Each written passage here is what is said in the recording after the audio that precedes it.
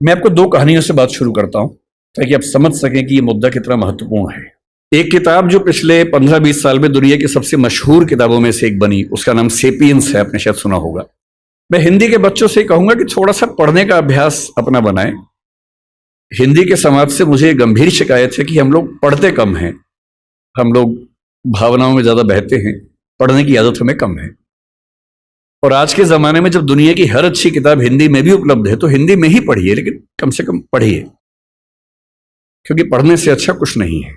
एक किताब पढ़ने का मतलब किसी एक व्यक्ति के जीवन के 40-50 साल के निष्कर्षों को 3 दिन में समझ लेना, और आप 50 साल मैच्योर हो जाते हैं 3 दिन में केवल एक अच्छी किताब पढ़ लेने से। बहरहाल, सेपियंस किताब मानव जाति का इतिहास है। ये भारत का इतिहास, आधुनिक इतिहास, प्राचीन इतिहास नहीं है, मानव जाति का इतिहास है। माना जाता है कि 1400 करोड़ साल पहले बिग बैंग हुआ, जहां ये पृथ्वी पहली बार बनने की प्रक्रिया शुरू हुई। 450 करोड़ साल पहले पहली बार जीवन अस्तित्व में आया, अमीबा आया। उसके बाद लंबे समय तक खूब घटनाक्रम होते गए। हम कहीं नहीं थे उस समय। 3 लाख साल के आसपास पीछे जाएं तो एक परिवार पैदा हुआ जिसको होमो कहते हैं। होमो का मतलब हमारा परिवार। उस होमो परिवार में एक हम है, होमो सेपियंस, क्योंकि हम होमो परिवार में सेपियंस नाम की शाखा हैं। उस परिवार में और भी शाखाएं थी। निएंडरथल एक बहुत प्रसिद्ध, आपने नाम सुना होगा, ऑस्ट्रेलोपिथेकस का नाम सुना होगा, होमो इरेक्टस का नाम सुना होगा। ये सारे के सारे वो जीव थे जो होमो सेपियंस के आमने सामने जिंदा थे और संघर्ष में थे। चुनौती ये थी कि अंत में इनमें से कौन जीतेगा। ये व्यावहारिक तौर पर संभव नहीं था कि ये सारे साथ साथ चल सके। ये बात सुनने में अच्छी लगती है कि सब साथ साथ चले, पर इवोल्यूशन की हिस्ट्री में बहुत व्यावहारिक नहीं होता है।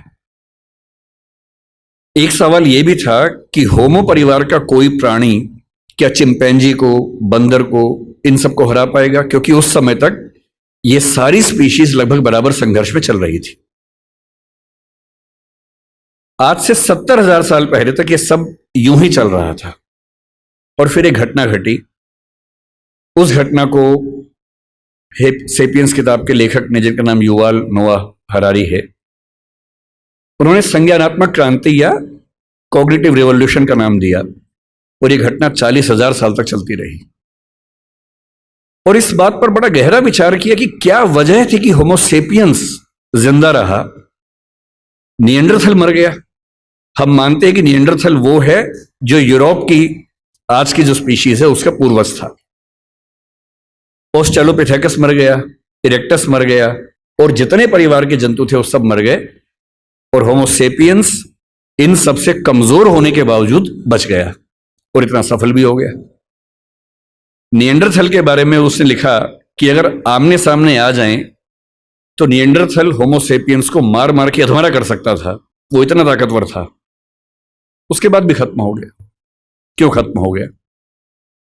और तब आता है वो सिद्धांत जो आज की इस डिस्कशन की शुरुआत का बिंदु है। होमो सेपियंस इसलिए जिंदा रहा क्योंकि उसके पास भाषा की क्षमता थी। भाषा की क्षमता बाकियों के पास भी थी, चिंपैंजी के पास भी है, बंदर के पास भी है, पर बंदरों पर खूब प्रयोग हुए।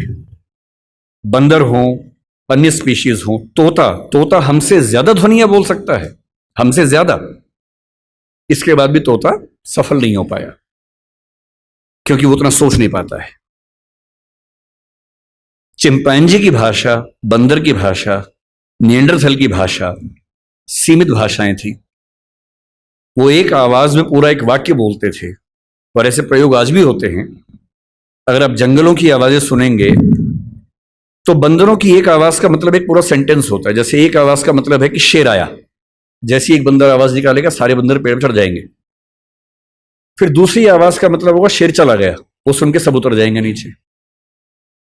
भाषा वैज्ञानिकों ने वो आवाजें रिकॉर्ड कर ली, और एक बार अच्छे म्यूजिक सिस्टम से एक जंगल में जाके आवाज प्ले कर दी, शेर आया, और वो आवाज सुनते सारे बंदर पेड़ के ऊपर चढ़ गए। और फिर आपस में देख रहे थे किसने बोला। और 10-15 मिनट के बाद दूसरी आवाज प्ले की, शेर चला गया, सारे बंदर नीचे उतर गए। एक आवाज, एक वाक्य। इंसान की भाषा की सबसे बड़ी खूबसूरती यह है कि वो डिस्क्रीट भाषा है, विविक्त भाषा है, जिसका मतलब यह है कुछ 25-30 ध्वनियों से, 50 ध्वनियों से हम अरबों शब्द बना सकते हैं और अरबों शब्दों से खरबों वाक्य बना सकते हैं।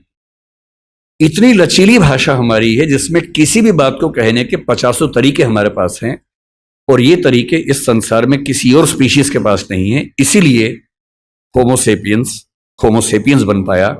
और आज अगर हम जिंदा हैं, आज हम चिंपांजी से बेहतर हैं, गुरिल्ला से बेहतर है, बंदर से बेहतर हैं और होमो इरेक्टस से बेहतर है, निएंडरथल से बेहतर हैं, जिंदा हैं, तो इसकी मूल वजह है हमारी भाषा की क्षमता। जो